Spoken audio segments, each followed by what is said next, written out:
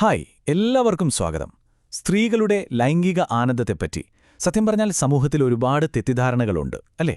അപ്പോൾ ഇന്ന് നമുക്കതിന് പിന്നിലെ കുറച്ച് കാര്യങ്ങൾ, അതിൻ്റെ ഒരു ശാസ്ത്രീയ വശമൊക്കെ വളരെ സിമ്പിളായിട്ടൊന്ന് നോക്കിയാലോ? ഇതൊരു പക്ഷേ നമ്മളിൽ പലരും കേട്ടുകാണുമല്ലേ, സ്വയംഭോഗത്തിലൂടെ സ്ത്രീകൾക്ക് ആനന്ദം കിട്ടില്ലാന്ന്. പലരും ഇതൊരു സത്യം പോലെയാണ് കരുതുന്നത് പോലും. പക്ഷേ എന്താണിതിന്റെ വാസ്തവം? വാ, നമുക്ക് ഒരുമിച്ച് അതൊന്ന് കണ്ടുപിടിക്കാം. അപ്പോൾ നമുക്ക് ആദ്യം തന്നെ ഈ കെട്ടുകഥയെയും യാഥാർത്ഥ്യത്തെയും ഒന്ന് വേർതിരിച്ചു നോക്കാം. എന്താണ് മിഥ്യ, എന്താണ് സത്യമെന്ന് കൃത്യമായിട്ടൊന്ന് കാണാം. ദേ ഇവിടെ നോക്കൂ, ഒരു വശത്ത് കെട്ടുകഥ, മറുവശത്ത് യാഥാർത്ഥ്യം. ആനന്ദം സ്ത്രീകൾക്കുള്ളതല്ല എന്നത് വെറും ഒരു കെട്ടിച്ചമച്ച കഥയാണ്.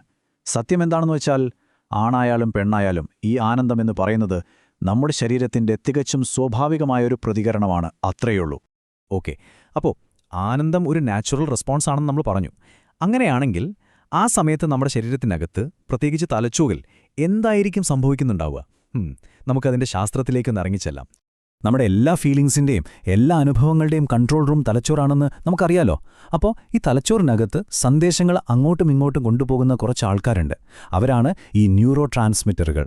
നമ്മുടെ സന്തോഷം, സങ്കടം, സ്നേഹം, ആനന്ദം, ഇങ്ങനെയുള്ള എല്ലാ വികാരങ്ങളെയും നിയന്ത്രിക്കുന്നത് ഇവരാണ്.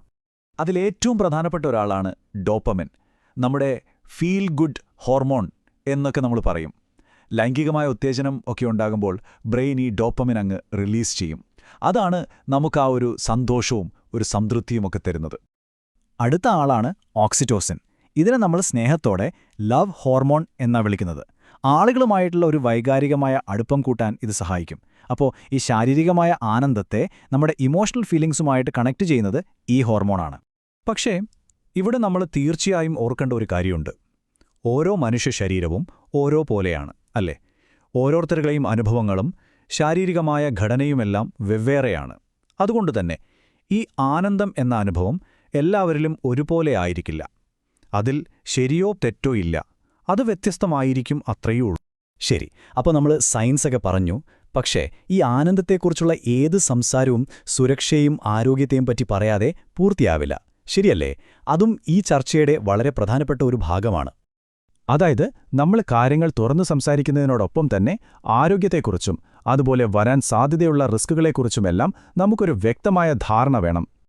ഇപ്പോൾ ഉദാഹരണത്തിന് ഓറൽ സെക്സിന്റെ കാര്യമെടുക്കാം. നമ്മുടെ ശരീരത്തിന്റെ പല ഭാഗങ്ങളിലും, അതായത് വായിലും യോനിയിലുമൊക്കെ സ്വാഭാവികമായി പലതരം ബാക്ടീരിയകളുണ്ടാകും. ഇത് ഒരു ഭാഗത്തു നിന്ന് മറ്റൊരു ഭാഗത്തേക്ക് എത്തുമ്പോൾ ചിലപ്പോൾ ചെറിയ രീതിയിലുള്ള അണുബാധകൾക്ക് കാരണമാകാം. അപ്പോൾ ഇതിനെക്കുറിച്ച് അറിഞ്ഞിരിക്കുന്നതും ആവശ്യമായ മുൻകരുതലുകൾ എടുക്കുന്നതും വളരെ പ്രധാനമാണ്. ഓക്കേ, ശാസ്ത്രീയമായിട്ട് കാര്യങ്ങൾ ഇങ്ങനെയൊക്കെ ആണെങ്കിൽ പിന്നെന്തുകൊണ്ടാണ് ഇത്തരം തെറ്റിദ്ധാരണകൾ നമ്മുടെ സമൂഹത്തിൽ ഇപ്പോഴും ഇത്ര സ്ട്രോങ് ആയിട്ട് നിൽക്കുന്നത്? എന്താവും കാരണം? നമുക്കതിൻ്റെ സാമൂഹിക വശങ്ങളൊന്ന് നോക്കാം. ഇതിന് പിന്നിൽ ഒരുപാട് കാരണങ്ങളുണ്ട് കേട്ടോ. ഒന്നാമത്തേത് ശരിയായ ലൈംഗിക വിദ്യാഭ്യാസത്തിന്റെ കുറവ് തന്നെ. പിന്നെ സ്ത്രീകളുടെ ലൈംഗികതയെപ്പറ്റി തുറന്ന് സംസാരിക്കുന്നതിന് നമ്മുടെ സമൂഹത്തിലുള്ള വിലക്കുകൾ. ഇതെല്ലാം കാരണം പലർക്കും സ്വന്തം അനുഭവങ്ങൾ പോലും പുറത്തു പറയാൻ മടിയാണ്. ഈ ഒരു നിശബ്ദതയാണ് സത്യത്തിൽ ഇത്തരം കെട്ടുകഥകൾക്ക് വളമായി മാറുന്നത്. അപ്പോൾ ഈ തെറ്റിദ്ധാരണകളെയൊക്കെ മറികടക്കാനുള്ള ഏറ്റവും നല്ല വഴി എന്താണ്? ശരിയായ അറിവ് നേടുക എന്നത് തന്നെയാണ്. അപ്പോൾ എന്താണ് ഇതിൻ്റെ എല്ലാം ചുരുക്കം? നമ്മുടെ സ്വന്തം ശരീരത്തെപ്പറ്റി, അതിൻ്റെ ആനന്ദങ്ങളെപ്പറ്റി, നമ്മുടെ ആരോഗ്യത്തെപ്പറ്റി യാതൊരു നാണക്കേടും വിചാരിക്കാതെ, ഒരു നിയന്ത്രണങ്ങളുമില്ലാതെ മനസ്സിലാക്കുക. അതുതന്നെയാണ് യഥാർത്ഥ സ്വാതന്ത്ര്യം, യഥാർത്ഥ ശാക്തീകരണമെന്ന് പറയുന്നത്. ഈ വിഷയത്തെക്കുറിച്ചുള്ള പഠനങ്ങളൊക്കെ മുന്നോട്ട് വയ്ക്കുന്ന ഒരു പ്രധാന ആശയം ഈ വാക്കുകളിലുണ്ട്.